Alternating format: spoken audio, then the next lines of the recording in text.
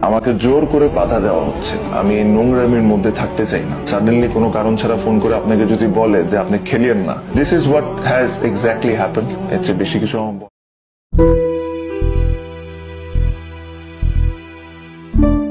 আন্তর্জাতিক ক্রিকেটে আমার অধ্যায় শেষ। ফেসবুকে হঠাৎ করেই এমন পোস্টে তামিম জানিয়ে দিলেন বাংলাদেশের হয়ে আর কখনো তিনি খেলবেন না। দেশের ক্রিকেটে তামিমকে নিয়ে আলোচনা অনেকদিন ধরেই। ঠিক করে বললে 2023 সালের জুলাই মাস থেকে যা বেশ উত্তাপ ছড়িয়েছে। হুট করে ইন্টারন্যাশনাল ক্রিকেটকে না বলে দিয়েছিলেন দেশসেরা ওপেনার। কোটি কোটি ভক্ত আর তৎকালীন প্রধানমন্ত্রীর অনুরোধে ঠিক পরদিনই ক্রিকেটে ফেরার ঘোষণা দেন তিনি। এরপর সেপ্টেম্বরে নিউজিল্যান্ডের বিপক্ষে ওয়ানডে সিরিজ খেললেও আর কখনো তাকে দেখা যায়নি আন্তর্জাতিক ক্রিকেটে। 2023 ওয়ানডে বিশ্বকাপে খেলেননি নানা জটিলতায়। এরপর আলোচনা উঠে 2025 সালে চ্যাম্পিয়ন্স ট্রফি তিনি খেলবেন কিনা। এই নিয়ে তামিমের সাথে বেশ কয়েকবার বসে বিসিবি। কারণ চ্যাম্পিয়ন্স ট্রফিতে স্কোয়াড পাঠানোর তারিখ যে নাকের ডগায়। টাইগার কাপ্তান নাজমুল শান্ত, সাকিব, তামিম দুই বড় ভাইকে দলে চেয়েছিলেন। বিসিবি তামিমের চ্যাম্পিয়ন্স ট্রফিতে খেলার বিষয়টা নিশ্চিত করতে না পারলেও তামিম ঠিকই ফেসবুক পোস্টে না জানিয়ে দিলেন।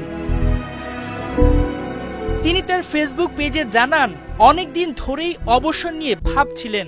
সামনে চ্যাম্পিয়ন্স ট্রফির মতো বড় একটি আসর থাকায় তামিম চাননি তাকে ঘিরে আলোচনা হোক এবং দলের মনোযোগ ব্যাহত হোক।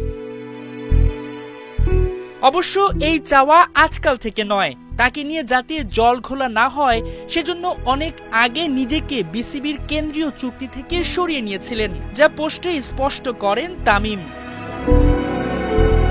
এর বাইরে তামিম তুলে ধরেন কেন তিনি অবসর নিতে এত সময় নিয়েছেন। তিনি মনে করেন অবসর নেওয়া বা খেলা চালিয়ে যাওয়ার সিদ্ধান্ত একজন ক্রিকেটার বা যে কোনো পেশাদার ক্রীড়াবিদের নিজের অধিকার। তামিম নিজেকে সময় দিয়েছেন এবং মনে হয়েছে অবসর নেয়ার সময়টা এখনই উপযুক্ত।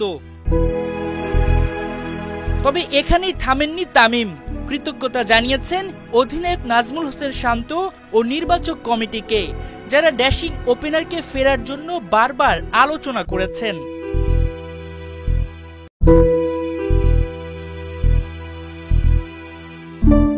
আন্তর্জাতিক ক্রিকেটে আমার অধ্যায় শেষ।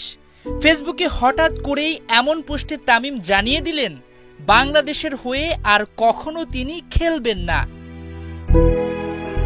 দেশের ক্রিকেটে তামিমকে নিয়ে আলোচনা অনেকদিন ধরেই। ঠিক করে বললে 2023 সালের জুলাই মাস থেকে যা বেশ উত্তাপ ছড়িয়েছে। হুট করে ইন্টারন্যাশনাল ক্রিকেটকে না বলে দিয়েছিলেন দেশসেরা ওপেনার। কোটি কোটি ভক্ত আর তৎকালীন প্রধানমন্ত্রীর অনুরোধে ঠিক পরদিনই ক্রিকেটে ফেরার ঘোষণা দেন তিনি। এরপর সেপ্টেম্বরে নিউজিল্যান্ডের বিপক্ষে ওয়ানডে সিরিজ খেললেও আর কখনো তাকে দেখা যায়নি আন্তর্জাতিক ক্রিকেটে।